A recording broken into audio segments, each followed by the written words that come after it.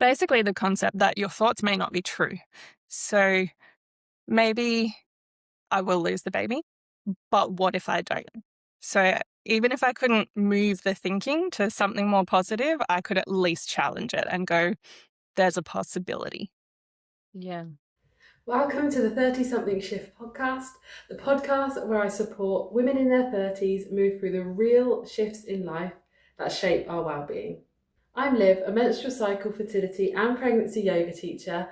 Here we explore our cycles, fertility, conception and pregnancy through yoga, meditation and real conversations.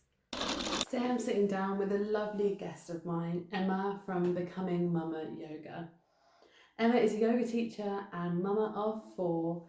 She experienced 4 losses between her third and fourth pregnancy. So she's committed herself to really supporting women and filling that gap of support in early miscarriages and loss during pregnancy.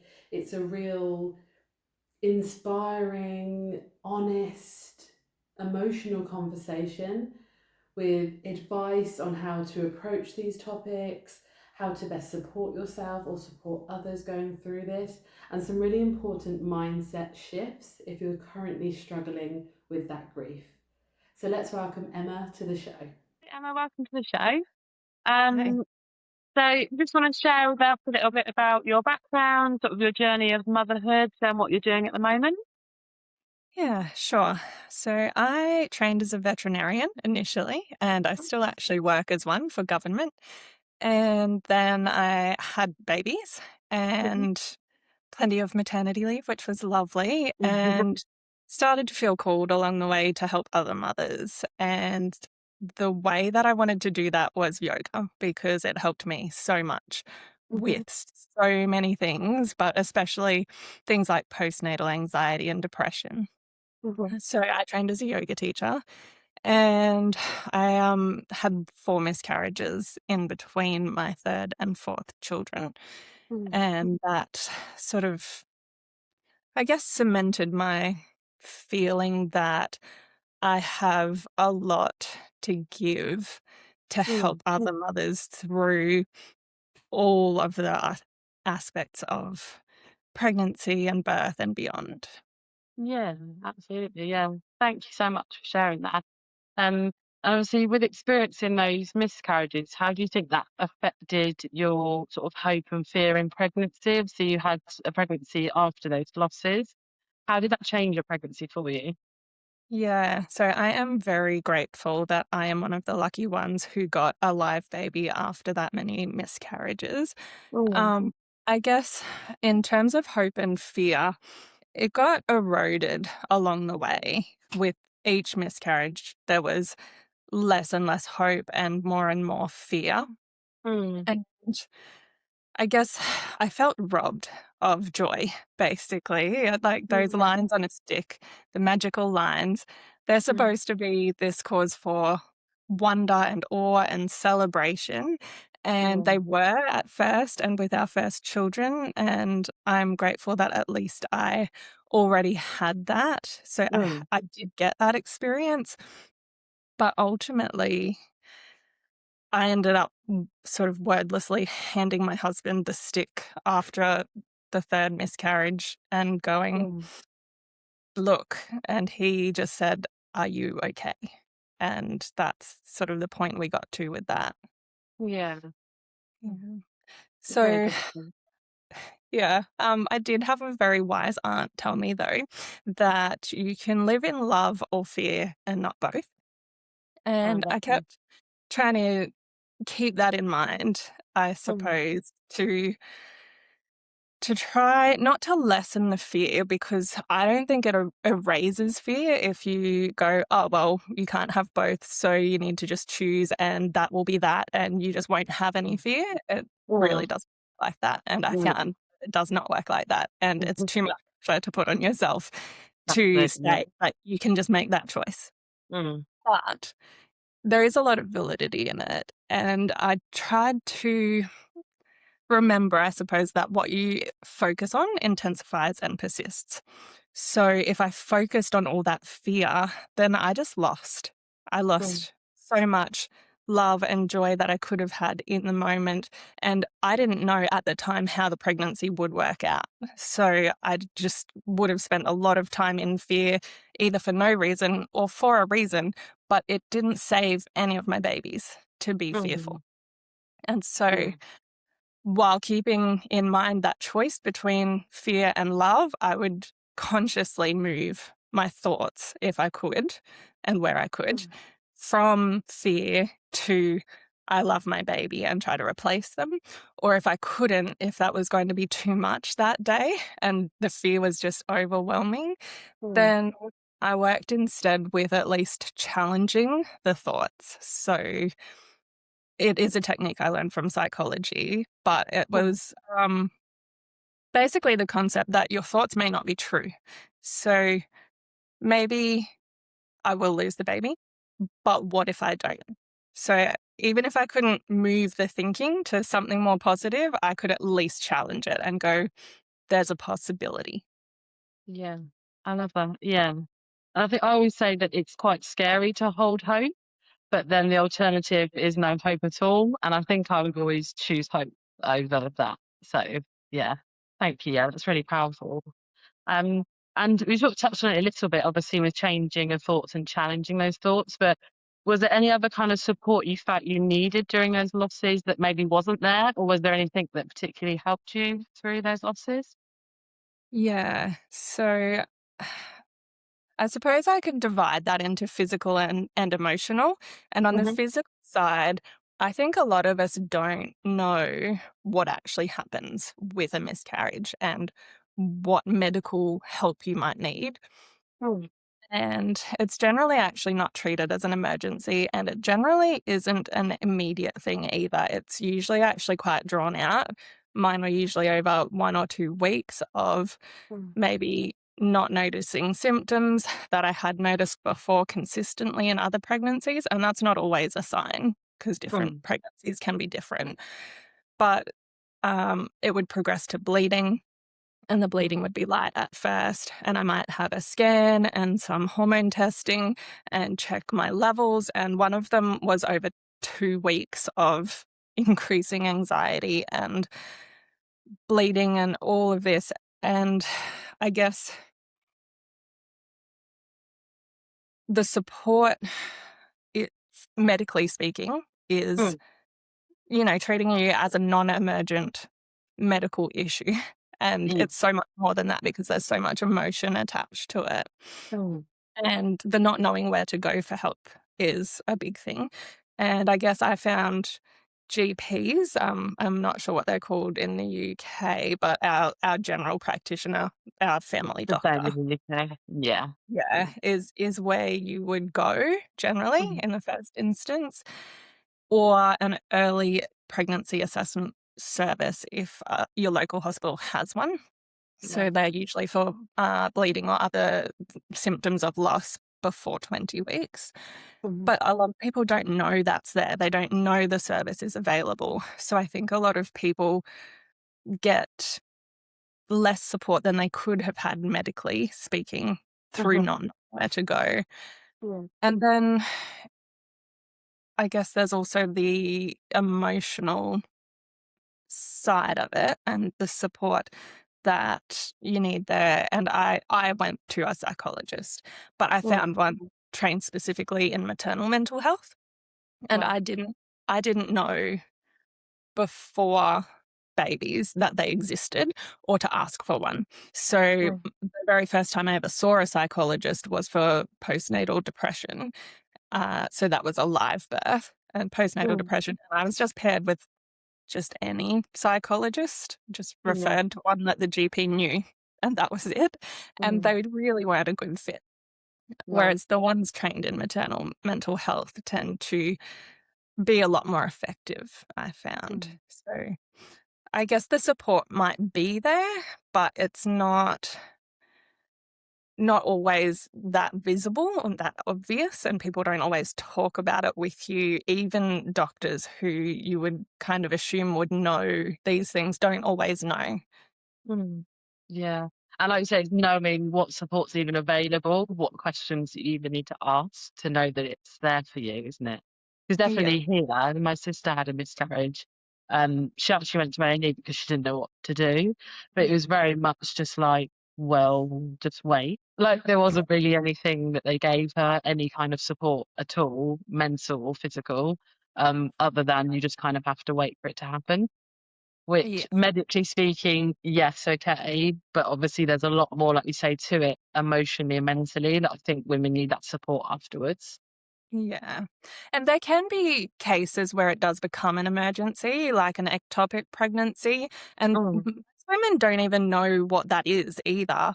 So if you are getting severe pain in pregnancy, it's usually going to be an indicator of something being wrong enough that you should probably go to emergency in that case, yeah. especially if it comes with bleeding. Because an Mm, ectopic pregnancy is one that's outside of the uterus and it can be a medical emergency, and they will usually take you straight through for a D&C, that's a dilation and curette, right. to remove the pregnancy before it causes significant and potentially life-threatening bleeding. Mm, So severe pain is a cause to go to A&E, but yeah. the rest of the time, especially if it starts with milder bleeding or sort of cramping Mm, that becoming more regular, like a little bit of cramping in early pregnancy can be normal too. So you're tossing up, is this normal? Is this not normal? Who do I go to? And yeah. A&E is usually going to be a lot of hours waiting in a very public area where you're not going to get a lot of support. And then at the end of it, you'll wonder why you went there. So Yeah. unless it feels like significant pain and bleeding, your GP is usually a better first Mm, option. Podcast, I talk a lot about listening to your body and slowing down. One of my favourite little rituals in the evening is a cup of Twining Sleep spiced apple and vanilla tea. It literally tastes like warm apple pie and it is so delicious. It gives my body signals that it's time to relax, unwind, and get cozy for the evening. Follow the link in the show notes if you want to try it and yourself. so obviously you did yoga. Did you do yoga before this happened? You said, yeah. Yeah, I think so you I'd already mentioned. been doing yoga for years and I was already a trained yoga teacher. I didn't have my pre and postnatal qualification yet, but I Mm, ended up getting that later. okay, and how did yoga and mindfulness really support you on this journey to motherhood, but also through your losses? Yeah. So yoga was already a safe space for me to just come to my mat and just be me. And it was something I could do at home. I could take it off the mat by that stage with some yoga teacher training and some uh, beautiful friends who had taught me so many things. I could do that while I was brushing my teeth, just a quick Mm, exercise. Or if I only had 1 minute, I could put a hand on a heart, hand on heart, one hand on the belly, and just take some grounding breaths. yeah. So I already knew all these things, and it was helpful. Sometimes I did resist it in stages of my grief. I would resist and go, I just don't want to do yoga. I don't want to be with my feelings. I don't want to be with myself. Mm, And I think all of that is just a valid part of the grieving process that you kind of have to go through. mm, But ultimately, yoga was there to catch me. And mm, when I needed it, it's so versatile that it can help with both anxiety and depression. I mean, alongside the rest of your care that you're getting from a trained professional, mm, you can use it. I guess anxiety doesn't like to sit still. It likes to yeah. move, and depression sits still too much. And you Mhm, can use yoga to either increase your movement or decrease your movement depending on what you need. And that's sort of how I used it. I got a good brain break by using a vinyasa class and moving with every breath and just getting out of my overthinking of all the things that I must have done so very deeply wrongly to have deserved this to happen, which yeah. I mean, we'll probably get into that a bit later, but it's not the case. It's not true, Yeah. but your mind Mhm, tends to go there. So I could get yeah. out of that space by moving. Or if I was feeling anxious about the next potential pregnancy, then I could sort of I could still use a vinyasa or something, but I could also use a more calming yin style practice to help with that. And I guess, yeah, because it's something you can do cheaply and with minimal equipment and anywhere that you can do it at home, you could go to a class. It's Mm. just a really powerful tool to have in your toolkit. Yeah, absolutely. I love the way you describe anxiety and depression and how yoga can match both of those. Yeah, that's a really lovely way of putting it. And we kind of touched on this a little bit. You just said about sort of mindset, what you were thinking, the thoughts that you had. And obviously, a lot of women feel really isolated during loss, and that may be because they haven't told anyone yet, if it's that time in their pregnancy, or that it's just something they're obviously wanting to keep to themselves. So, what would you say to women that are dealing with that, feeling lonely in their grief, and kind of the mindset shifts that you could suggest? Yeah. So, first of all, I would want to say I am so deeply sorry for your loss. It's an incredibly painful thing. It's a very personal grieving process, and all of it is so incredibly valid. And I mean, when I was there, it was like, everyone else around me was having a normal Wednesday, and I had just been told that my baby was dead inside Mm, my body and that I was going to have some really bad days ahead of me waiting for the baby to pass or going and sitting in a crowded hospital waiting room until they could take me in for a D&C. mm, And it is really, yeah, I'm that sorry that anyone else ever has to go through that. So that's the mm, first thing I would put out there. And then mm, secondly, I really want women to know that it is not your fault because we want something to blame. And mm, because it happens inside our body, it's usually ourselves. It's mm, something we did wrong. It's something we said and we didn't want this enough. We were upset by morning sickness. We ate something wrong. We said or did a thing, moved a certain way, or had a hot mm, bath. Like there's so many things you will use for self-blame, mm, but it was not anything you did or anything you could prevent. Like mm, I went there enough times that I know that even though I did it differently in another pregnancy, I stopped horse riding, I stopped yoga, I stopped so many things, and I was so yeah, careful how I ate and how hot my shower was. None of it saved any of the babies. And, if you could have saved your baby, of course you would have. mm, So this should land.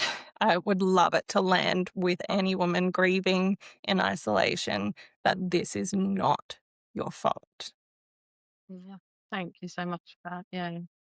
And again, we sort of touched on this. So I think it's still in the category of kind of taboo or not something that's talked about enough. We've already talked about the fact that you don't even know the support that's out there because it's not really talked about. So what do you think there's anything we can do about that? What conversations do you wish, like this one, we could just have more openly around loss? Yeah. So, like you said, a lot of women won't have spoken of it if it was an early pregnancy loss, Mm, and they suffer in silence. And then for your later pregnancy losses, I mean, you were pregnant, visibly pregnant, and everyone knew about it, and then you're not. So, both ways are incredibly distressing emotionally. Either mm, way, you lost a baby mm, and you might be alone with your grief, or you might have way too many people asking you questions that you don't mm, want to answer. And I think probably the biggest things that I would think we'd talk about, we are getting better. I want to acknowledge that first. Things are getting yeah. better.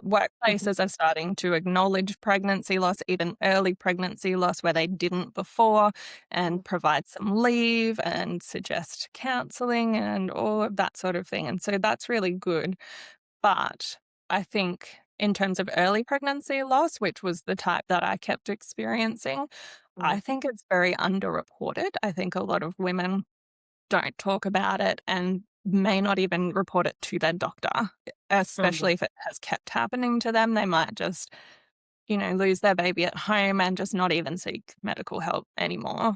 And Yeah. so the data that's out there, I think, is inaccurate. I was told that a single miscarriage is reasonably common, but only 2% of women would miscarry a second time, and then recurrent miscarriage beyond that was even more rare. And yet I know another woman who also had 4 miscarriages, and I know of 2 more in the same town as me who also had multiple miscarriages. Mm. And that just sounds like more than 2%. Yeah. So reporting more and talking about it more, I think, is important to try to drive the research into this, because the thing that I struggled with was that there wasn't a lot of information out there for someone who it kept happening to. A lot of women go on to have a healthy next pregnancy, and that's great. And I hope that for as many women as possible. But if that's not you, it's really hard to get help, to get anything to happen, to even get them to investigate. And then when they do investigate, it's, oh, that's a controversial cause that may contribute to miscarriage, and we don't know if we should really treat you for that. And you have to advocate so hard for it. So more reporting, more talking about it would help the research side. And then also preconception care for your next round of trying, and sort of psychology-based care around that as well, I think is just so underdone. The doctors who spoke to me after each miscarriage, they were clearly concerned.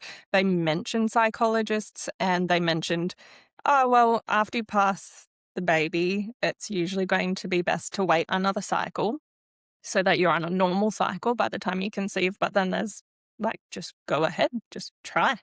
And that's all, that's the sum total of the support that you get and the talking that you get. But I know from my more woo pursuits, like yoga and natural health, that there is actually a lot you could do in preconception care to try to optimize both sperm and egg health. And so many women don't know about that and just think, oh, well, we'll just try again on the next cycle. And that might work out okay for some, but if they knew that there was the option to go loading up on certain nutrients and to wait longer maybe and to get sperm analyzed and all these other things, they might have better success rates, I suppose, in their next pregnancies. And then on the emotional side is the uncomfortable conversations, that it's uncomfortable for me to talk about it with someone when I have lost a baby, but it's also uncomfortable for the other person to talk about it, because they're kind of on eggshells, right? Like, oh, I don't want to upset her if she's not thinking about it right now, and then I'm going to make her think about it. And so I understand it from both sides, but it's just so isolating to know that someone else does know and they don't talk to you about it. So I guess my recommendation there for someone trying to talk to someone about miscarriage would be to just start slow and simple with how are you feeling today? And not just the throwaway, how are you?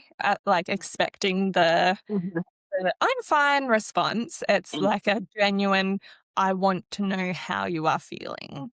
And then let them decide if they want to talk about it or not. And if they do want to talk about it, please don't say at least about anything. Don't start with at least, because it's never going to feel good to the other person. And the best thing you can do is just to listen and to sort of ask questions without giving any judgment in any direction, I suppose. Just how are you, and can I sit with you, and can I do anything? Yeah, absolutely. Yeah. And giving them that option to share and kind of, gauging how much they're wanting to do, but they may just be really wanting someone just to ask them those questions so that they can talk about it. You could be that for them. So yeah, that's really good advice. Is there anything else you wanted to talk about or mention? Yeah, so I guess in terms of the way I support other women, I Mm, have only just started with some online courses for trying to conceive and prenatal and postnatal. They are yeah. self-paced online courses. But aside from that, I just wanted to make a specific space for women who have experienced miscarriage, especially if it's recurrent, so Mhm. that they can find all that information that I didn't know and needed to know. And so Yeah. I've put all that together into a section on my website. And I guess I wanted to mention the standard courses first because I'd hate for a woman who has recently experienced loss to go in there and just see all that stuff that they don't really want to be seeing right now. But Yeah. if anyone was interested, I could share a direct link to the miscarriage support section of the website so that they can find my blogs on what I did to help emotionally and what I did physically and how I got medical investigations. And then I've just got a couple of videos on, like a talk through rather than a blog post. And Mhm. I've got 2 yoga practices that I keep completely free. They're actually on YouTube, on my YouTube channel, to give some support that you don't have to sign up for emails, you don't have to see anything else, you don't have to do anything else. I don't expect anything of you. That's just a Mm, thing that I want to give back to help other people in my position to yeah. find what I couldn't find and needed. That's so beautiful. Thank you so much. Yeah, I'll get those links off you and I can put them in the show notes so they're easy for everyone to find. Because, like you say, it's so nice to have that.